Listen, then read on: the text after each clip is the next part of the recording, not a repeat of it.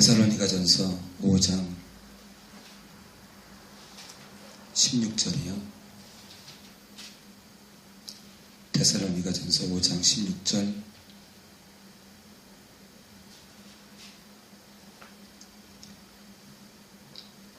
네, 항상 기뻐하라. 쉬지 말고 기도하라.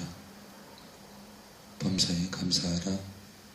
이는 그리스도 예수 안에서 너희를 향하신 하나님의 뜻입니다.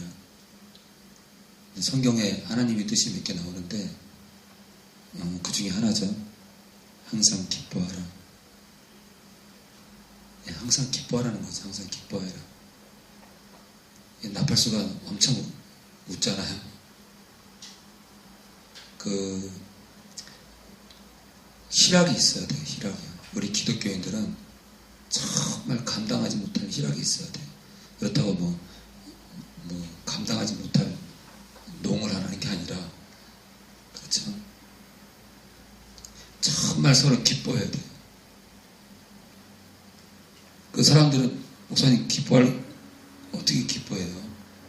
저는 기뻐할 게 없는데, 믿음도 별로 없고 요즘 신앙생활도 다운돼가지고 힘든데 어떻게 기뻐해야지?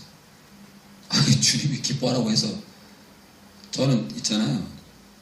주님이 너희들 항상 기뻐해라. 저는 기쁜데요. 기뻐하라고 하시니까 저는 그냥 기쁜데. 주님 명령이잖아요. 명령에 순종하면 행복한 거예요, 여러분들. 그렇잖아요. 악을 악으로 갚지 말고 선으로 갚으라 그러면 선으로 갚으면 기쁘잖아요, 그죠? 내 이웃을 내 몸처럼 사랑하래요. 그렇게 해봤거든요. 진짜 건강에도 좋고 정신건강, 모든 건강에 다 좋아요. 왜요? 여러분들, 우리가 살아가면서 정말 기쁠 때가 언제냐면 남을 도울 때가 정말 기쁩니다. 남을 도울 때. 누가 막 힘들어하는데 내가 물질이 있어서 그 사람 뒷주머니에 돈 10,000원을 이렇게 줄 때 기쁜 거예요. 흐뭇한 거죠. 흑심이 있어 그런 게 아니라 정말 돕고 싶어서.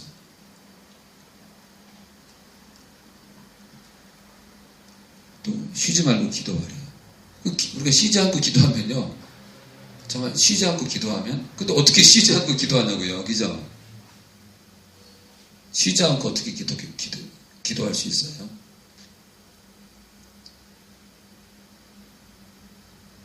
예, 무시로. 그러니까 항상 성령 안에서 기도하는 게 그게 방법이죠. 예, 그러니까 어떤 틀에 박힌 예를 들어 나는 오전 10시부터 11시까지 교회 가서 나는 늘 기도한다. 그것만이 기도가 아니라, 그것도 참 소중한 기도지만 어때요? 항상 기뻐하라가 주님 명령이잖아요. 그러니까 어떻게 해야 돼요? 걸어다니면서, 버스 안에서, 잠자기 전에 누울 때도, 예? 그리고 목욕탕에서 목욕하면서도 항상 시시때때마다.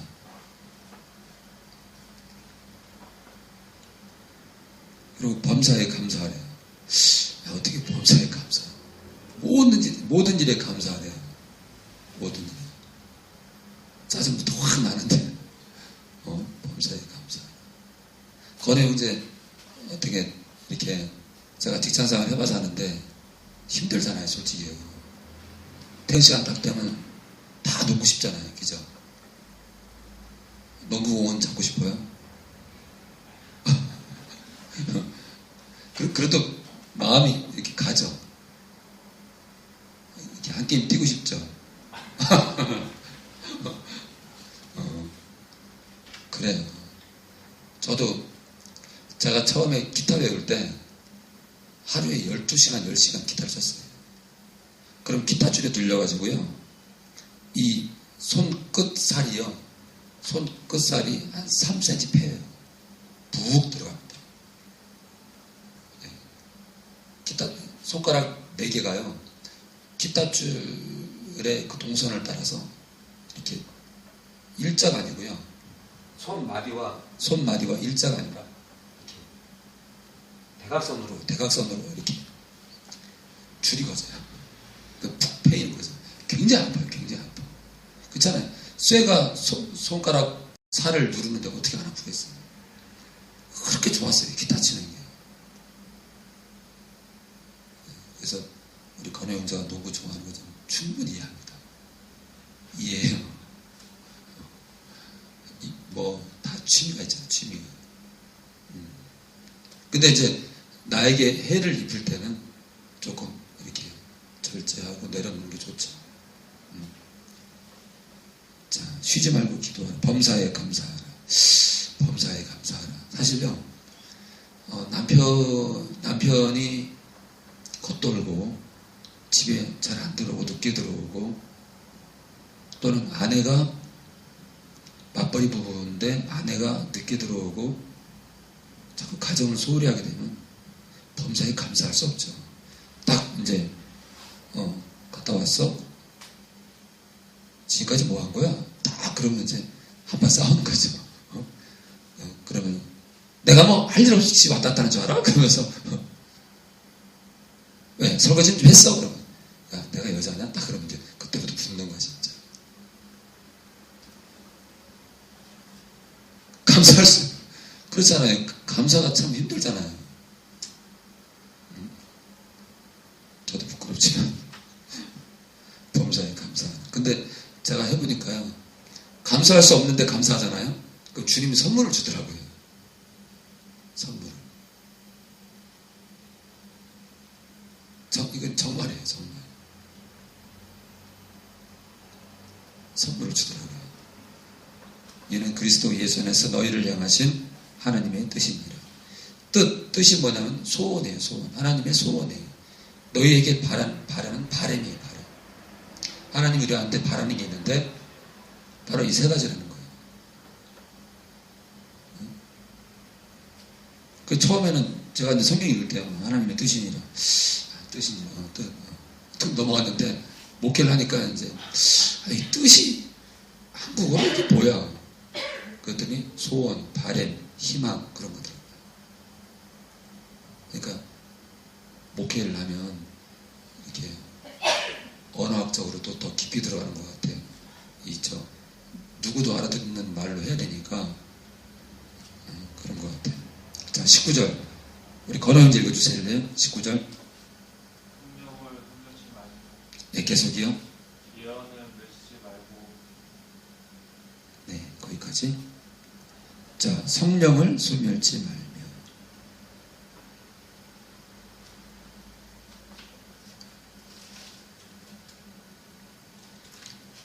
지금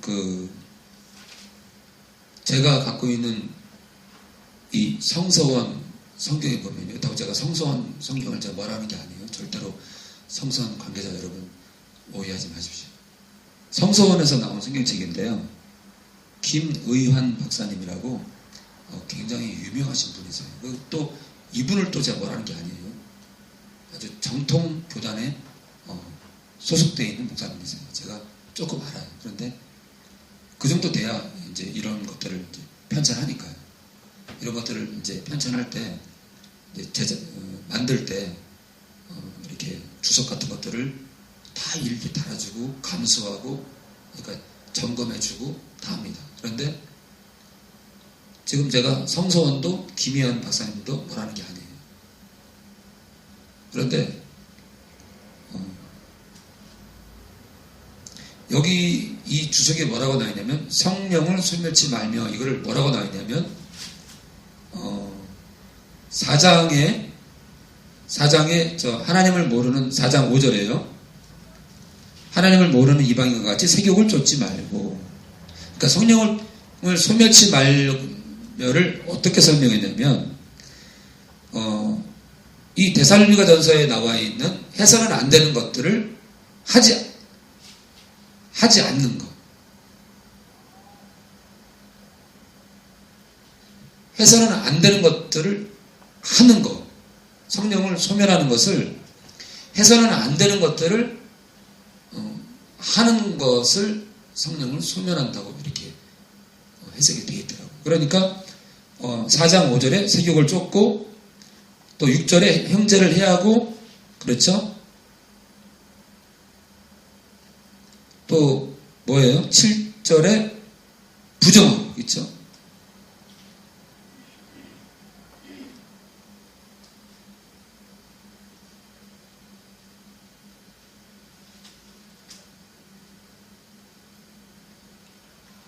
그래서 또 어때요? 4장 3절에 음란을 행하고, 네, 이런 것들. 음란하고 형제에게 상처를 입히고, 그렇죠. 손해를 입히고, 세욕을 쫓고, 이런 것들을 행하는 것을 성령을 소멸한다라고 이렇게 설명이 되어 있더라고요. 그래서 제가 깜짝 놀랐어요. 어떻게 이렇게 써놓을 수 있을까? 사실 우리가 우리 일반 성도님들이 보는 성경에다가 이렇게 설명을 해놓으면 정말 성령을 소멸해서는 안 되는 것을 이렇게 포장지를 씌워가지고 알려주면, 이게 만약에 성령을 소멸하는 것이 위험할 경우에는 대책 없는 거잖아요.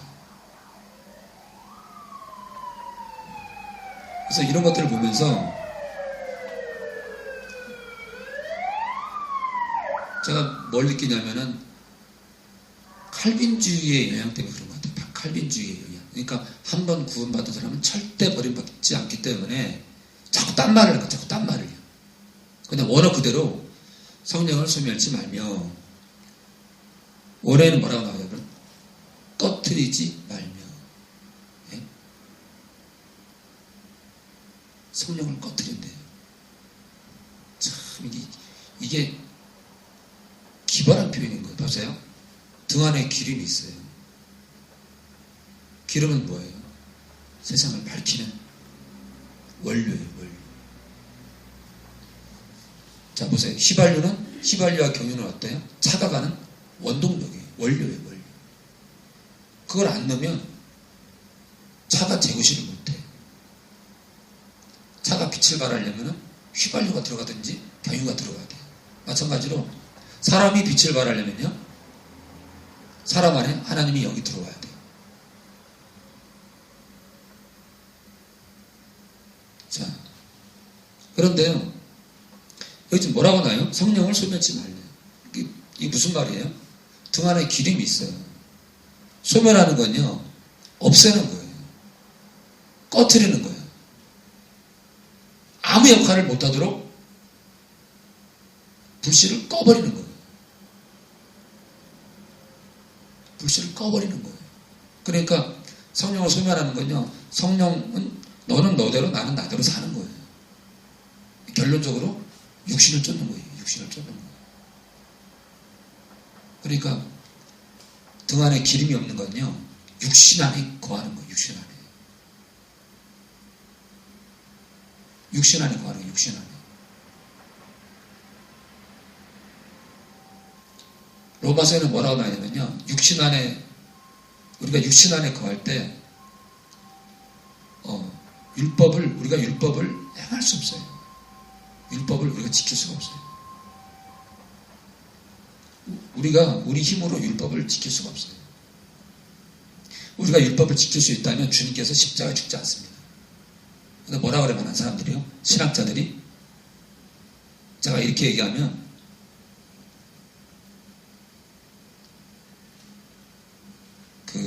이스라엘 백성들한테 그러면 지키지도 못할 율법을 줬겠느냐 이렇게 말합니다.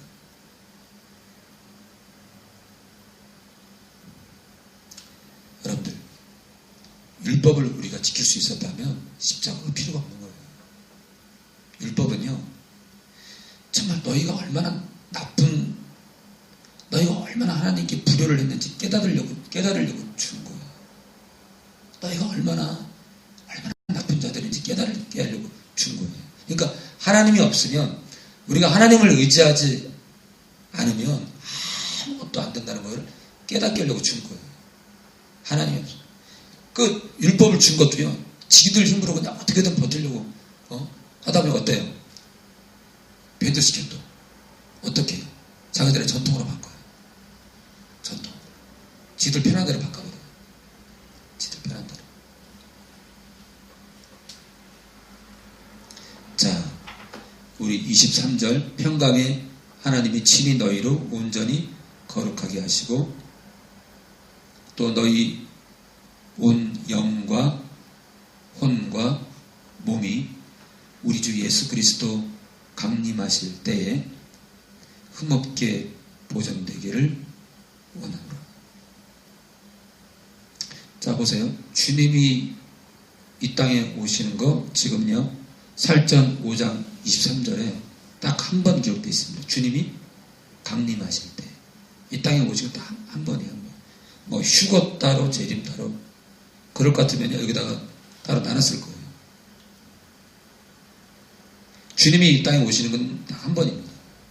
그러니까 이 강림은요 휴거와 관련된 강림이 아니라 그러니까 휴거를 위한 전용적인 강림이 아니라 재림입니다. 재림. 주님 오시는 거예요. 그러니까 주님은 단 한 번 오십니다. 그래서 우리는 재림의 주님을 기다리는 거예요. 재림의 주님. 휴거 따로 재림 따로. 너 휴거는 재림 때 일어난다. 이게 하나님께서 저한테 주신 감동이에요. 그런데 참 희한한 게 뭐냐면요. 제가 이렇게 설교하다가 더러 이렇게 잘못 할 때가 있거든요. 그럴 때는요. 굉장히 혼란해요. 근데 명확하잖아요. 근심이 없어요. 근심이 없어요. 근심. 자, 근데 뭐라 그러죠? 흠없게 보존되기를 원한대요. 자, 보세요. 너희 온 영과 혼과 몸이 보존되기를 원하니까 보존해야 되는 거, 그죠? 보존. 보세요. 영과 혼과 몸이 보존되네요.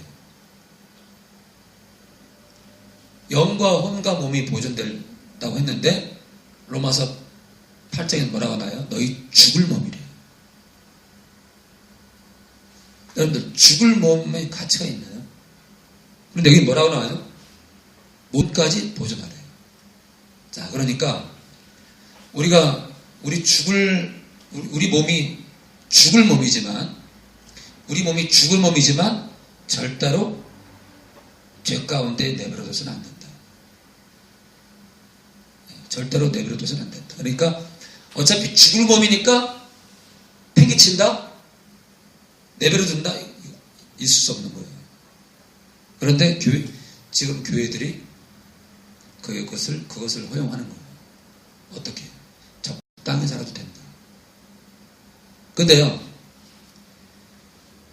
우리가 영과 혼과 몸을 보존할 경우에는 다 살지만 우리의 영과 혼과 이 몸이 성령을 쫓을 경우에는 다 살지만 부활의 그날에 다 썩지 않을 것이 있겠지만 우리 모두가 다 그렇게 되지만 만약에 육신을 쫓잖아요. 그러면 우리의 영과 혼과 몸이 다 멸함을 받습니다. 그게 둘째 사망이에요.